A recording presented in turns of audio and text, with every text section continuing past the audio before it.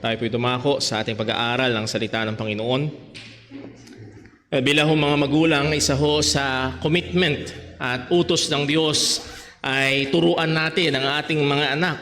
At particularly ang pagtuturo ho na aking binabanggit ay hindi lamang pagtuturo ng akademiya or mga bagay-bagay sa eskwelahan, kundi isang mahalaga ay kung paano natin sila tuturuan kung paano i-handle ang buhay. Isa ho sa mga particular na tinuturo namin kay Timmy, sa aming anak na panganay, ay kung paano i-handle ang pagkatalo. Kung merong ayaw na ayaw, si Timmy ay yung matatalo siya sa laro. Ayaw niya nun. At kapag natalo siya, laging may daya kasi. Para bang mga politiko sa Pilipinas, pag natalo, laging madaya ang kalaban. Well, tinuturo namin sa kanya at minsan may mga pagkakataon na tinatawag ko siya, Timmy, halika rito, and kakausapin ko siya ng malapitan at yayakapin ko siya, Timmy, hindi ka laging mananalo. May mga times na talagang matatalo ka. Dapat matutunan mo kung paano tumanggap ng pagkatalo.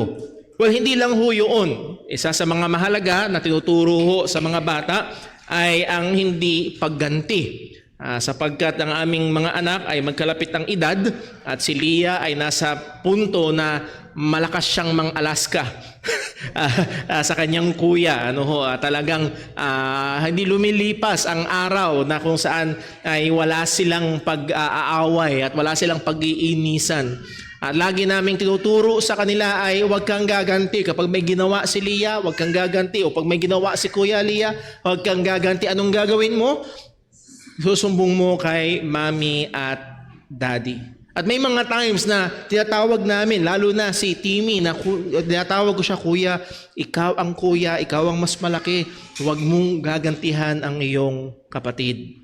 Now, kaya ko sinabi ho yan, it's almost the same picture na meron tayo dito sa Romans chapter 12. Particularly, ang verse na atin hong pag-aaralan ngayong umaga, ang verse number 19, na seemingly si Apostol Pablo o ang Diyos sa pamagitan ni Apostol Pablo ay tinatawag tayo palapit sa Kanya at sinasabi sa atin, Anak, huwag kang gaganti. Ako ang bahala. At again, as we have begun this study last Sunday, ito ay isang hindi madaling gawain. Ang ating likas ay gumanti.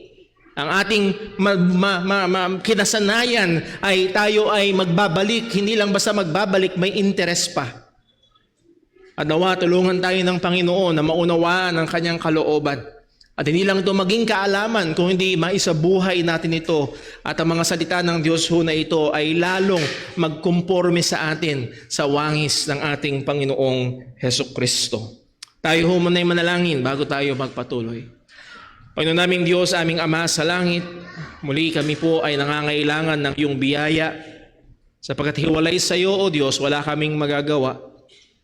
Lord, sa harapan ng iyong salita, particularly ang aming pag-aaralan ngayon, O Diyos, naroon ang mga gawi, naroon ang mga nakasanayan, naroon, O Diyos, ang mga kaisipan na hindi ayon sa iyong salita. Tulungan mo nawa kami na ma-expose ito, O Diyos, at pagsisihan ng kasalanan at gayon din sa biyaya mo, Panginoon, ay lumakad kami na naaayon sa iyong mga katotohanan. Samahan mo kami at muli, O Diyos, mahabag ka sa mga wala pa kay Kristo. Ikaw po nawa ang magligtas. At ang lahat nawa ng ito, Panginoon, ay maging kapurihan sa iyong pangalan. Tulungan mo po ako bilang mangangaral. Tulungan mo po ang bawat isa na makikinig. At lahat ng ito ay mauwi sa iyong kapurihan. Dalangin namin ito sa ngalan ng aming Panginoong Hesukristo. Amen. Well, nais ko hong buodin ang mensahe natin ngayong umaga sa pangungusap na ito. God's people must not conform to the world in responding to sin and injustice against us, but rather rest and trust in God, who is a righteous judge over all.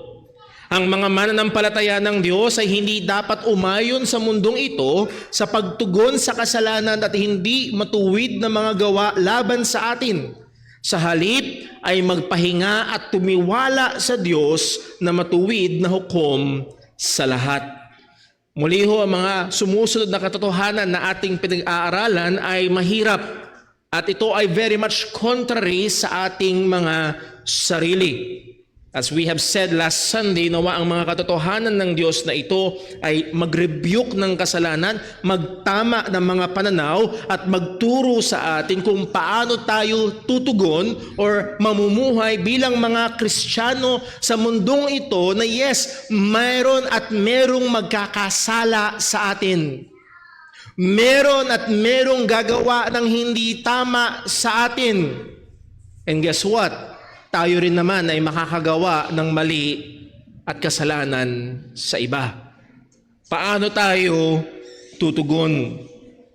Muli ho, ang magandang alalahanin, ang basis ng lahat ng ito ay walang iba kung hindi ang mga kahabagan ng Diyos na nagligtas sa atin. Ang sabi ni Apostol Pablo, kung babalikan natin sa chapter 12 verse 1, I beseech you therefore, brethren, by what? By the mercies of God, that ye present your bodies a living sacrifice, holy, acceptable unto God, which is your reasonable service. Ito daw yung katampatan natin. Ito lang yung tama na paglilingkod natin sa Diyos. Ang pag-aalay ng ating mga sarili bilang haing buhay. Bakit daw? Dahil sa napakaraming kahabagan ng Diyos, yung patong-patong na kahabagan ng Diyos na nagligtas sa atin. Now, ito ang tanong, ano ang itsura? Pag sinabing buhay na alay sa Panginoon, ialay natin ang ating mga sarili bilang buhay na alay sa Panginoon, ano ang itsura nito? Verse 2, ang sabi, be not conformed unto this world, but be ye transformed. So ibang-iba sa sanglibutan na ito. Ibang-iba sa gawi, ibang-iba sa direksyon, ibang-iba sa pamumuhay ng sanlibutang ito ang buhay na nakaalay sa Panginoon. At kung ating bubuo din yung ating mga pinag-aralan mula sa verses 3 hanggang verse number 16 ng Romans chapter 12, ang buhay na nakaalay sa Panginoon ay ito ang itsura. It looks like a faithful and zealous member of the church using all their God-given gifts to serve one another and reflecting God in the community that God had placed them. Ang itsura ng buhay na nakaalay sa Panginoon ay isang buhay na nahado ng tapat at masigasig na pagiging bahagi ng iglesia na kung saan ginagamit niya ang mga kaloob ng Diyos para maglingkod sa isa't isa, na sinasalamin ang Panginoon, ang katangian ng Diyos sa komunidad kung saan tayo nilagay ng Panginoon. Yun ang itsura ng isang buhay na nakaalay sa Diyos. We cannot separate these two. This is our reasonable response. Hindi natin pwedeng sabihin na, well, wala akong time sa church pero namumuhay naman ako as a Christian in the community. That is wrong. Hindi naman natin pwedeng sabihin na, well, ako'y faithful to church pero wala akong impact sa community. That is also wrong. Ang buhay na nakaalay sa Panginoon ay committed and zealous sa church at merong impact sa komunidad na kung saan siya ay iniligay ng Panginoon. At isa sa napakatinding impact ng mga mananampalataya ay yung kakaibahan ng ating pagtugon kapag merong gumagawa sa atin ng masama. And this is the very important and sensitive subject na ating bibigyang pansin ngayong umaga. And it seems that Paul, the apostle, or God through the apostle Paul, knows how sensitive and heavy this subject is.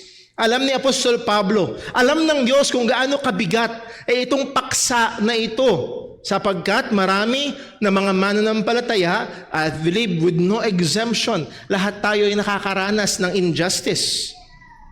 Lahat tayo nakakalanas ng mga unfair treatment. Maybe it is only a perceived unfairness or truly unfairness. Sana matutunan nating i-distinguish, maaaring perception lang natin na unfair pero hindi pala talaga. Or maaaring talagang lehitimong unfairness, lehitimong injustice. May gumawa sa iyo talaga ng mali. At ang sabi ng salita ng Diyos sa verse number 19 na sang magiging pinakapunto ng ating pag-aaral ngayong umaga ito, ang sabi ng salita ng Diyos, dearly beloved, Avenge not yourselves, but rather give place unto wrath. For it is written, Vengeance is mine, I will repay, saith the Lord. Now, muli, sa nakaraan nating mga pag-aaral, last 2 Sundays ay nahagingan na natin, and then we have somewhat seen this in the last 2 passages. Verse 14, nakita natin ang sabi, Bless them that persecute you, bless and curse not.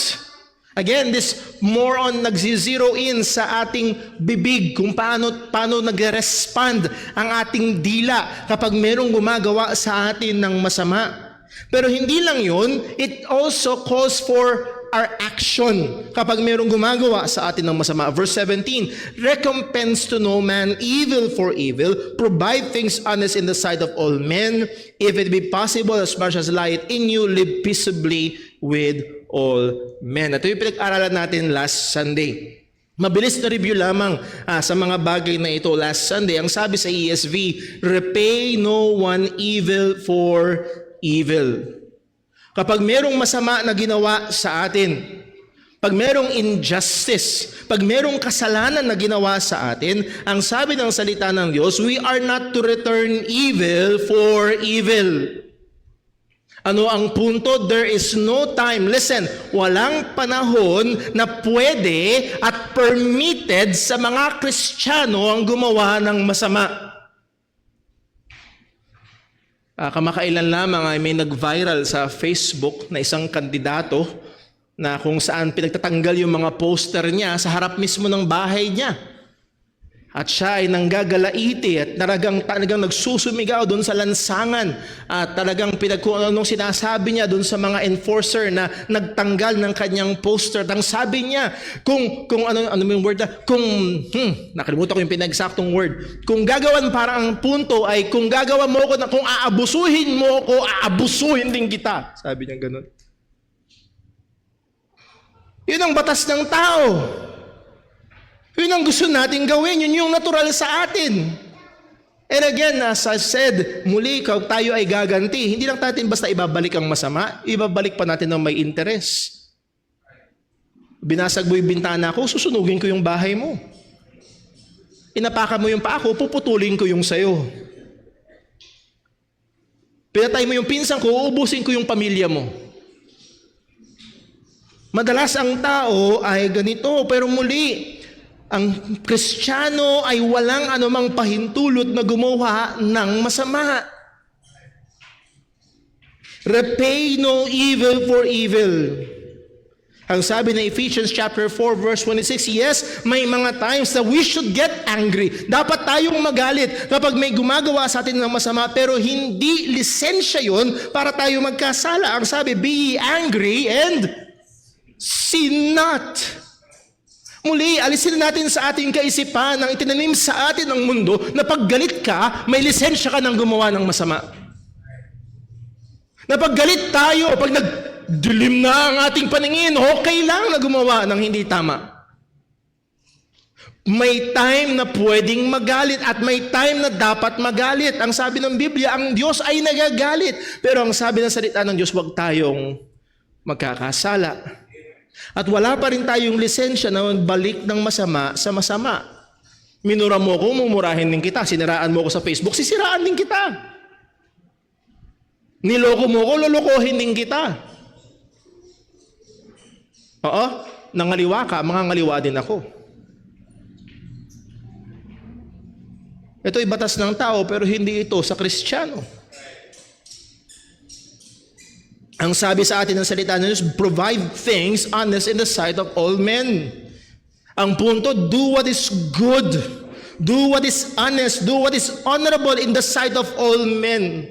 Kapag may gumagawa sa atin ng masama, ang kailangan at trabaho pa rin natin is to do what is good. Bakit nakatingin ang mga tao sa atin? Nakatingin ang iyong misis, nakatingin ang iyong mister, nakatingin ang iyong mga anak, nakatingin ang iyong mga magulang, nakatingin ang iyong magulang, nakatingin ang iyong mga biyanan, nakatingin ang iyong mga kapitbahay, nakatingin ang kaklase mo, nakatingin ang mga tao at katrabaho mo. Kapag nakita nila, okay, may gumawa sa iyo ng masama, paano ka tutugon? Kapag tumugon ka ng masama rin, pareho lang kami. Walang pagkakaiba. Provide things honest in the sight of all men. And then last Sunday, dito tayo natapos, it will be possible as much as light in you, live peaceably with all men. Paul is arguing to his readers to do all that is in their power to bring about and to preserve peace. Ang gawain ng Kristiyano hindi lumikha ng gulo, ang gawain ng Kristiyano magpreserba ng kapayapaan. To make it short, kung may panggagalingan ng gulo, hindi dapat ang Kristiyano. Ang ating effort bilang mga mananampalataya is to be peacemakers. If peace will be broken, it should not come from God's people. As much as lieth in you, kumbaga sa termino ko, ang bola ay nasa court mo, dapat hindi dun manggagaling ang gulo. Minsan may mga mananampalataya, sila parang war freak, handang sumugod kahit anong oras. Galing sa church, Sunday morning, praise the Lord, praise the Lord. Paglabas na church, nakita yung may utang na hindi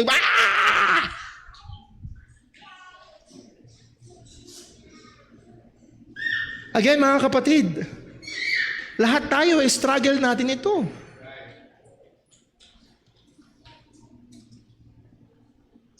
Now, narito ang Diyos ay napaka-gracious. Kilala niya tayo. Kilala niya kung gaano tayo kahina. Kilala niya kung gaano tayo unstable. Lalo na kapag tayo ay nagagawan ng masama. At parang isang ama sa kanyang anak ay hinihila niya tayo palapit. At nilalapit niya tayo sa kanyang sarili. At tinakausap niya tayo ng one-on-one. At ang sabi ni Apostol Pablo sa verse 9, Dearly beloved, avenge not yourselves. Habang binabasa ko ito, aking naririnig yung pagmamahal ni Apostol Pablo sa mga mananampalataya. Kahit hindi pa niya nakikita ang mga Kristiyanong ito, but I think it is not only telling about Paul's love for them, rather, ito ay nagpapaalala ng pagmamahal ng Diyos sa kanyang mga anak. That word beloved, who loves us greatly, walang iba kung hindi ang Diyos. Ang Diyos na nagmamahal sa atin ng napakatindi. Anong patunay? Binigay niya si Kristo. At ang Diyos na nagmamahal na ito ay hinahatak tayo palapit. At sinasabi niya, anak, mahal ko, huwag kang gaganti. Huwag kang gaganti. Again, this is very important. When we read these verses, nabasa natin kanina verse 14, bless them which persecute you. Verse 17, recompense to no man evil for evil. Sapagkat ang tendency natin kapag may nagagawa sa ating masama ay mag-focus tayo sa ating mga sarili. At ang giyayari ay, ang gagawin ho natin ay gaganti tayo. We have the tendency to focus on ourselves. Rather than blessing them, rather than doing good to them, rather than laboring to keep the peace, ang ating iniisip, hindi! Ginawa nila ako ng masama eh. At madalas, pag hindi tayo maingat, nakatingin lang tayo sa ating, hindi, ginawa na ko ng masama, ginawa na ko ng masama, ginawa na ko ng masama. At doon tayo nagkukumulo. Gusto kong gumanti. Gaganti ako. At nilapit tayo ng Diyos at sabi niya, mahal ko, huwag kang gaganti. Huwag kang gaganti. This is when God in this verse pulls us in and embraces us and whispers to our ears. Sinasabi ng Diyos, anak, alam ko, kita ko lahat, dinig ko lahat, huwag kang gaganti anak ko, ako ang bahala.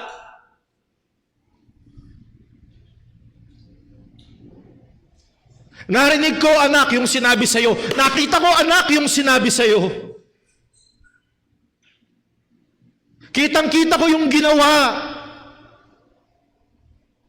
Anak, huwag kang gaganti. Ako ang bahala. Avenge not yourselves, sabi ng salita ng Panginoon. Again, nahagingan na natin ng ilan dito, pero particularly dito sa verse number 19, ang sabi, avenge not yourselves, whether it be through our mouth, whether it be through our actions. Ang sabi, bless them that persecute you. Ang sabi, recompense to no man evil for evil. Rather, ang kailangan natin gawin ay yung mabuti. Rather than avenging ourselves, ano ang sabi ng salita ng Panginoon? It turns our eyes from looking sa ating mga sarili at tumingin sa ating Ama. Pag nakatingin lang tayo sa ating sarili, mauuwi tayo sa pagganti. Ginawa na ako ng masama unfair Talaga namang unfair Wala naman akong ginagawa. Tapos sinabi niya yun. Wala naman akong ginagawa. Tumutulong na ako, tapos ginawa pa yun. Pambihira naman, napaka-unfair naman. At habang nakatingin tayo sa ating sarili, magkukumulo tayo para gumanti. Ang sabi ni Apostol Pablo, but a change of direction. There must be a change. Kailangan na magbaroon tayo ng pagbabago at ipihit natin yung ating mga mata mula sa ating mga sarili na nagawan ng masama at tumingin tayo sa Diyos. Sa Diyos na hindi walang pakialam. Nakakita ako ng mga magulang na walang pakialam sa kanilang mga anak. Wala. Masyado akong busy para sa'yo. Pero ang sabi ng ating Ama sa langit, ang sabi ng salita ng Diyos, but rather give place to wrath. On kontra sa vengeance, in kontra sa ating kagustuhan na gumanti, our efforts to express our personal wrath and justice against those who wronged us, we are called to give place to our Father's wrath. Now, gusto ko makita ho natin ito na napakahalaga.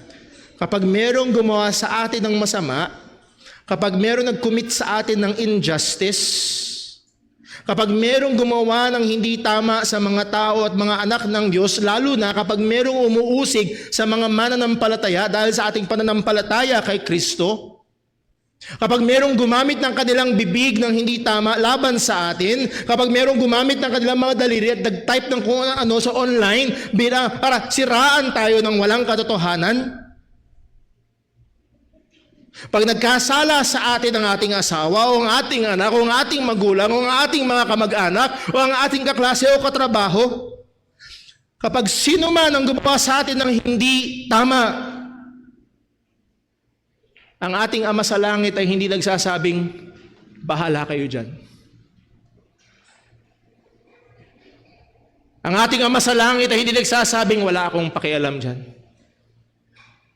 Ang sabi ng salita ng Diyos, but rather give place unto wrath. Nandoon ang galit ng Diyos. Ibig sabihin, hindi baliwala sa Diyos yung ginawa sa iyong masama. Ibig sabihin, hindi baliwala sa Diyos yung paninira sa iyo.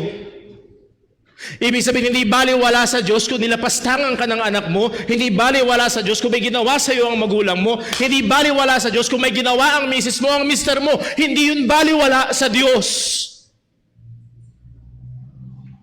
May nangmura sa iyo, hindi yun baliwala sa Diyos. Give place to wrath. Huwag kang gaganti. Ang ating Ama sa langit ay hindi walang pakialam. Siya ay galit. Siya'y galit sa mga gumagawa ng masama sa kanyang mga anak.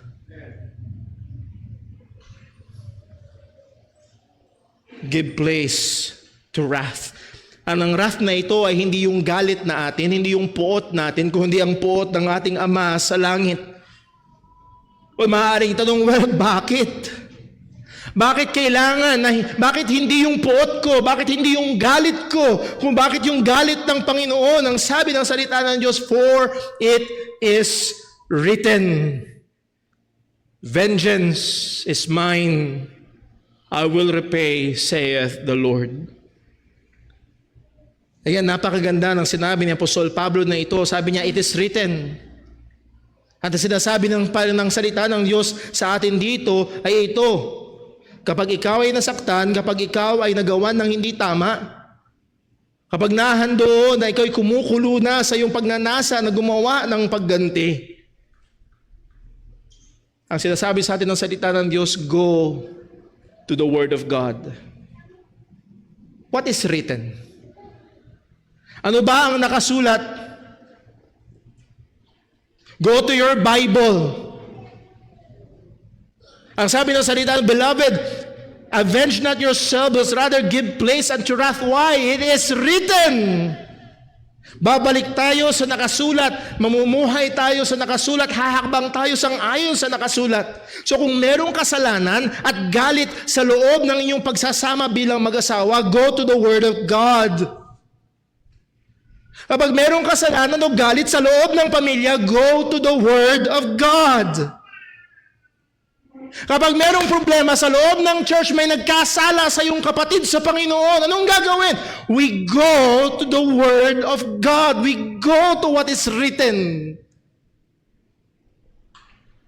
At tutugon tayo ayon sa nakasulat sa salita ng Diyos. Kapag mayroong gumawa sa iyo ng masama sa eskwelahan, sa trabaho, sa iyong kapitbahay o sa iyong kamag-anak, go to the Word of God. What is written? Hindi sundin mo ang puso mo. Tingnan mo kung ano ang nakasulat. Why? Because what is written will not fail. Yung nakasulat ay hindi papalya. Yung nakasulat ay tiyak. Sapagkat ang Diyos na nagsabi nito ay hindi papalya sa kanyang salita. At ano ang sabi ng Diyos?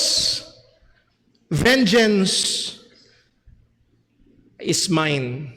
You know the joke. Salamat at hindi nagkamali ng letter. Hindi F, kundi M. Hindi vengeance is fine. Okay lang ang paghiganti, no? Ang sabi ng Diyos, vengeance is mine. Ang sabi ng Deuteronomy 32 verse 35, to me belongeth vengeance and recompense. Sa akin ang pagganti, sa akin ang pagbabalik. Kung hindi niyo naririnig, sabihin ko diretso, ang pagganti ay hindi sa atin. Ito ay sa Kanya. Naalala niyo si Haring Saul sa Lumang Tipan? Ang gawain ng pag-aalay ay gawain lamang ng propeta. Hindi siya pwedeng gawin ng hari. Pero ano nangyari? Late si Samuel. Nag-aalala na si Saul. Anong ginawa ni Saul? Siya ang nag-alay. Ano bang sinabi ni Lord? Okay lang, na-late si Samuel eh. No. Hindi ito gawain ng hari, gawain ito ng propeta. Listen mga kapatid, hindi nating gawain ng pagganti, ito'y gawain ng Diyos. Huwag nating kunin.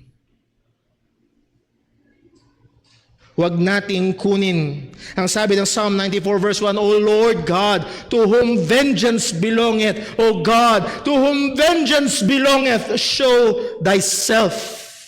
Sa iyo ang pagganti, O Diyos, sa iyo ang pagganti. Na gusto kong marinig natin ang magkabilang panig ng salita na ito na hando ng consolation or comfort.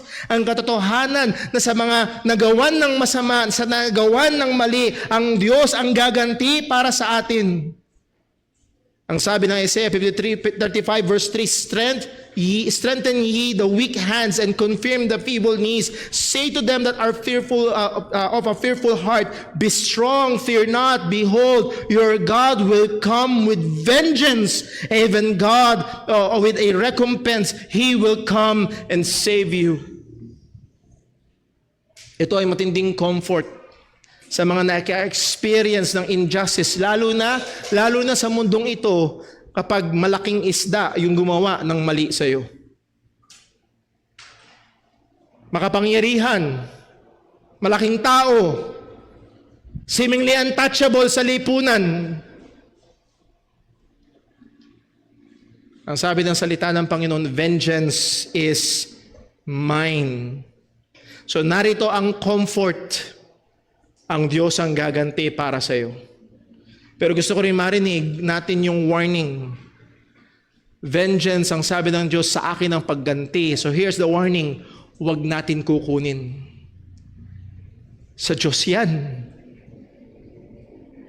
Ibig sabihin, kapag tayo ang gumawa ng hakbang para gumanti, kinukuha natin ang isang bagay na dapat ang Diyos siyang gagawa, at ito ay kasalanan. Dahil ang pagganti ay sa Diyos.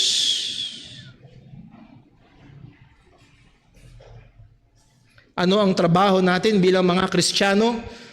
Ang trabaho natin na hindi kunin ang pagganti mula sa kamay ng Diyos at tayo ang gagawa. Ang trabaho natin bilang mga Kristiyanos, we have been instructed ng salita ng Diyos, bless them.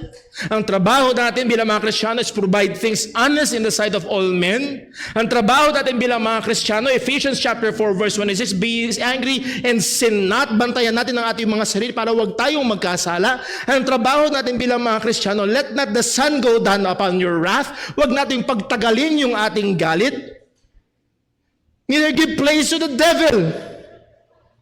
Habang pinagtatagal mo yung galit, lalong gumagawa ang demonyo. Ano ang trabaho natin bilang Kristiyano? Ephesians chapter 4 verse 31, let all bitterness, wrath, and anger, and clamor, and evil speaking be put away from you. Ang trabaho natin ay alisin wrath, bitterness, anger, clamor, alisin, be it put away. Hindi natin trabahong gumanti.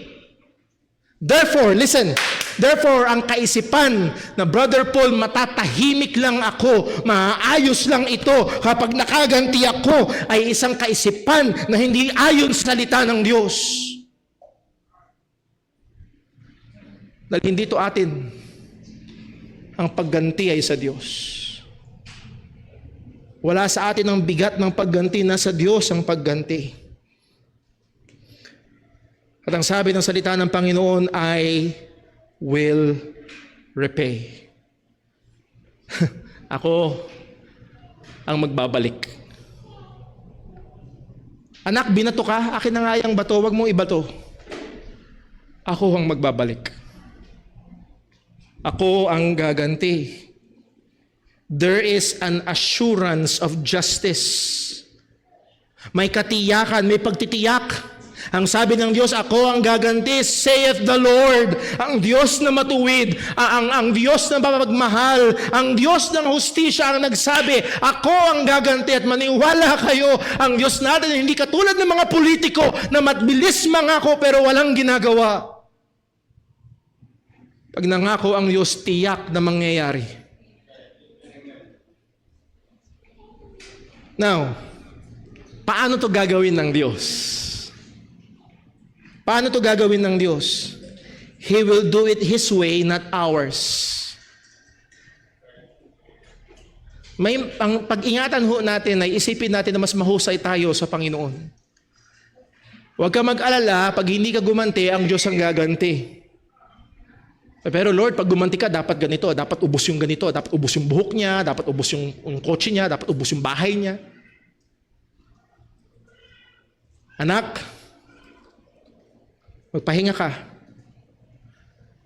Ako ang bahala. Tumiwala ka. Ako ang bahala. There is a danger that we think we know exactly how and when it should. May danger na akala natin, alam natin kung paano at kung kailan dapat. Lord, dapat ngayon na. Dapat ngayon na.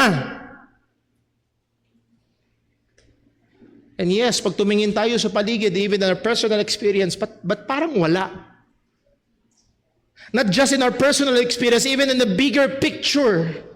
Kapag tumingin tayo sa paligid, yung matinding injustices sa paligid, yung matinding corruption sa paligid. Kahapon, kausap ko si Brother Michael, di-describe niya yung haba ng pila sa DSWD. Libo-libong mga kababayan natin ang nangangailangan. Pero matinding korupsyon ng meron sa gobyerno. Sino magpaparusa sa kanila? Kapag namimilipit na yung anak mo sa sakit at nahandon at walang magawa yung mga doktor, punong-puno ang ospital, tapos kurakot ng mga nasa gobyerno. Sino magpaparusa sa kanila? magpapahinga tayo sa katotohanan. Kita ng Diyos. Alam ng Diyos. At gaganti ang Diyos. Hindi ko makalimutan yung aking naramdaman nung nakita ko yung picture. Nung kakasimula pa lamang ng gera ng Russia at Ukraine. Siguro mas natindi ang impact sa akin dahil ako ay bagong magulang pa lamang noon. Pero dala-dala nung tatay yung kanyang anak, nakabalot ng tuwalyang duguan at nakasunod yung ina na hindi maipinta ang larawan na nag-aalala sa anak niya at sila'y sumugod sa ospital. Wala nang buhay yung bata. Sinong mananagot doon? Doon sa bombang bumagsak, sinong mananagot doon? O mga kapatid, magpahinga tayo sa katotohanan. Sa lahat ng injustices at kasalanan, walang lulusot sa Diyos na matuwid. Lahat ay may bayad. Lahat ay mapaparusahan. Ang sabi ng Diyos, I will repay, saith the Lord. Ito ay tunay, ito ay totoo. Walang kasalanan na hindi mapaparusahan. Walang makakatakas sa paghahatol ng Panginoon. Muli, walang kasalanan, walang bayad. At salamat sa Diyos sa ating mga Kristiyano, ang tanging pag-asa na meron sa atin ay merong tagapagligtas na nagbayad para sa atin. Kaya sino mang na kay Kristo Jesus ay wala ng anumang hatol sapagkat binayaran ni Kristo. So nais kong tawagin, una, ang mga hindi pa mananampalataya na naririto, muli, walang kasalanang walang bayad. Kung narito ka at tingin mo sa iyong sarili, mabait ka, I'm sorry to say, hindi ka ganun kabait. Kung tingin mo sa iyong sarili, malinis ka, sorry, hindi ka ganun kalinis, sapagkat ang sabi ng salita ng Diyos, walang matuwid, wala kahit isa. At kung hindi ka matuwid, at aharap ka ngayon sa Diyos na matuwid, anong gagawin sa iyo? Hahatulan ka at parurusahan ka. Ang tanging pag-asa nating mga makasalanan ay si Kristo. Kaya ang sabi ng Panginoon sa John 3:17, For God sent not His Son, the Lord Jesus Christ, into the world, not to condemn the world, but that the world through Him might be saved. Ang tanging paraan para tayong makasalanan ay maligtas ay sa pamagitan ni Kristo. Sa Acts 16:30, and he brought them out and said, Sirs, what must I do to be saved? Paano ako maliligtas? Alam kong makasalanan ako at walang makakalusot na kasalanan sa Diyos. Pero paano ako maliligtas? Ang sagot ng mga apostol, and they said, verse 31, Believe on the Lord Jesus Christ and thou shalt be saved, and thy house. Si Jesus lamang ang tanging pag-asa natin. Sapagkat si Jesus ang siyang nagbayad sa cross ng mga kasalanan. Ngayon naman nais ko tawagin ang pansin ng mga mananampalataya na bilang mga mananampalataya, magpahinga tayo sa ating Ama sa langit na matuwid na hukom na sa Kanya ang pagganti. Hindi ho madali mga kapatid, pero wag tayong gaganti. Gawin natin ang mabuti ang gumagawa sa atin ng masama. Isang magandang halimbawa dito ay si Apostol Pablo sa 2 Timothy chapter 4 verse 14. Ang sabi ni Apostol Pablo, merong gumawa sa kanya ng matinding masama. Ang sabi ni Apostol Pablo, 2 Timothy 4:14, Alexander the coppersmith did me great harm. Hindi lang basta he did me harm, he did me great harm. Ano sabi ni Apostol Pablo? Humanda siya pagdating ko. Hindi. Ang sabi ni Apostol Pablo ito, the Lord will repay him according to his deeds. So hindi nagsasalita si Apostol Pablo ng isang bagay na hindi niya ina-apply. Sabi niya, ranasan ko. May gumawa sa akin ng matinding sakit. Ang Diyos ang gaganti sa kanya. Hindi lamang ho si Apostol Pablo, kundi maging ang ating Panginoong Hesukristo. At dito tayo matatapos. 1 Peter chapter 2 verse 21, anong sabi? For even hereunto ye were ye called, because Christ also suffered for us, leaving us an example that we should follow His steps. Nagbigay ng halimbawa si Kristo sa atin na kailangan natin sundin. Verse 22, who did no sin, neither was guile found in His mouth. Wala siyang ginawang masama, wala siyang ginawang kasalanan, walang maduming lumabas sa kanyang bibig.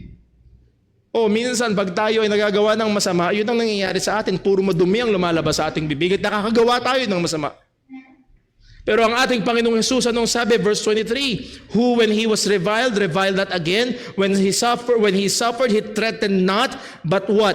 Committed Himself to Him that judgeth righteously. Mismo nga ating Panginoong Jesus na kailangan nating sundan. Hindi siya gumanti, kundi pinagkatiwala niya sa Diyos na humahatol ng matuwid. Again, hindi ko ho alam anuman ang kalagayan ngayon o mga nakaraang karanasan. Pero ang sabi sa atin ng Panginoon, anak, huwag kang gaganti. Bigyan mo ng puwang ang galit ko. Hindi to baliwala sa akin, anak. Kita ko, anak. Dinig ko, anak. Hindi to baliwala sa akin. Anak, akin ang pagganti. Akin ang pagganti.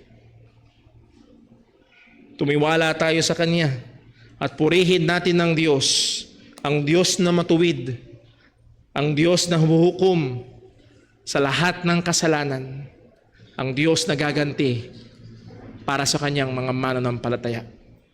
Nawa tulungan tayo ng Diyos na maisabuhay ang mga katotohanan na ito. Let's pray. Panginoon naming Diyos, aming Ama sa langit, salamat po.